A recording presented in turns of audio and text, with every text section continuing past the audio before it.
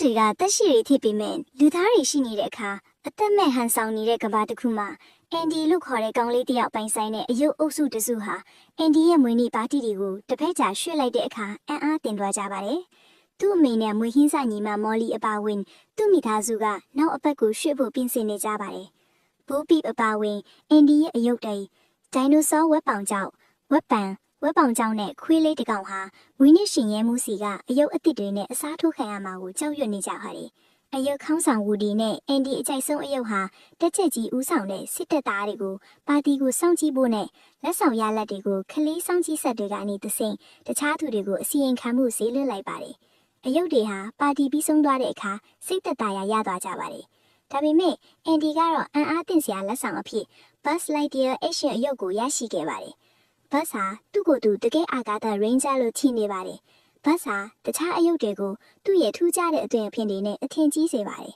။အန်ဒီကသူ့ကိုစွန့်ပစ်ထားတယ်လို့ခံစားရတဲ့အရာကိုဖန်တီးပေးဖို့သူ့ကိုဦးစားပေးလာပါတယ်။အန်ဒီကပီဆာ planet မှာမိသားစုနဲ့အတူခရီးထွက်ဖို့ပြင်ဆင်နေချိန်မှာသူ့အမေကသူ့ကိုအယုတ်တရုတ်ယူလာခွင့်ပေးပါတယ်။အန်ဒီကဘတ်ကိုရွေးချယ်မှာကိုစိုးရိမ်ပြီးစားတွဲနောက်မှာထောင်ချောက်ဆင်ဖို့ကြိုးစားပေမဲ့မတော်တဆပြတင်းပေါက်ကနေပြုတ်သွားပါတယ်။ကျန်တဲ့အယုတ်တွေကဝူဒီရဲ့မနာလိုမှုနဲ့သူ့ကိုအုပ်စုတိုက်ခိုက်တာကိုသဘောပေါက်သွားပေမဲ့အန်ဒီကဝူဒီကိုခေါ်သွားကဂျိုးတစ်ခုကိုပြန်သွားပြီးလက်စားချေဖို့ကြိုးစားပါတယ်။ဘတ်ကမိသားစုဗန်ကားကိုစီးပြီးတက်ဆိုင်မှာဝူဒီနဲ့ရန်ဖြစ်ခဲ့ပါတယ်။သူတို့နှစ်ယောက်ရဲ့ရန်ပွဲအတွင်းရန်ပွဲဖြစ်ပွားခဲ့ပါတယ်။ဗန်ကားပေါ်ကပြုတ်သွားပြီးမိသားစုကသူတို့မပါဘဲထွက်သွားကြပါတယ်။ဝူဒီနဲ့ဘတ်တို့ဟာပီဆာပို့လာကားနဲ့စားတော့ဆိုင်ကိုခိုးသွားပြီးဝူဒီကသူ့ကိုဆွဲဆောင်ဖို့ကြိုးစားပေမဲ့သူ့မှာတကယ် space ranger ရှိတယ်လို့ထင်နေတုံးမယ်။မဟုတ်ရင်သူတို့ကိုတွန်းပြန်ရန်ပုံစံဖန်တီးထားတဲ့ crane game နဲ့မှပိတ်မိသွားစေပါတယ်။အဲ့ဒီမှာအန်ဒီရဲ့အယုတ်ကိုအနိုင်ကျင့်တဲ့အိမ်နီးချင်းစစ်ဆိုတဲ့ကောင်လေးကအနိုင်ရတယ်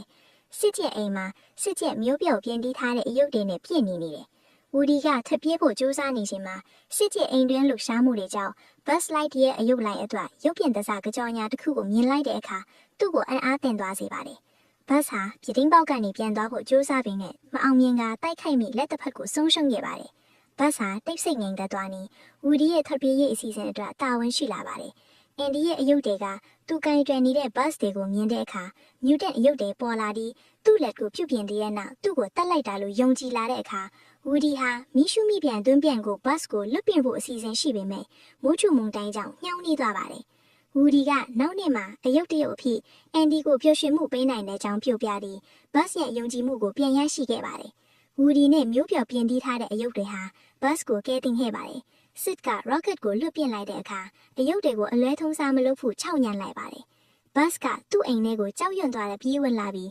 ဝူဒီနဲ့ဘတ်တို့ထွက်သွားတဲ့အချိန်မှာအန်ဒီနဲ့သူ့မိသားစုကသူတို့ရဲ့အိမ်သက်ကိုမောင်းနဲ့သွားကြပါတယ်။နှစ်ယောက်တုံးကုန်ထွက်ကားထင်းရောက်အောင်ကြိုးစားကြပေမဲ့စကတ်ကသူတို့ကိုမြင်ပြီးလိုက်လံဖမ်းဆီးခဲ့ပါတယ်။ဘတ်ကဝူဒီကိုကယ်ရင်စကတ်စီအညီရန်ချခဲ့ပြီးအန်ဒီရဲ့အကူအညီနဲ့ကယ်တင်ဖို့ကြိုးစားခဲ့ပါတယ်။သူဖယ်ရှားနေတာကိုအာစီကားကမြင်တဲ့အခါတခြားအယုတ်တွေကတိုက်ခိုက်ပြီးသူ့ကိုထရက်ကားပေါ်ကပစ်ချလိုက်ပါတယ်။စကတ်ကဘတ်ကိုရှောင်ပြီးအာစီကဝူဒီကိုပြန်ခေါ်ပြီးထရက်ကားကိုဆက်လိုက်ခဲ့တယ်။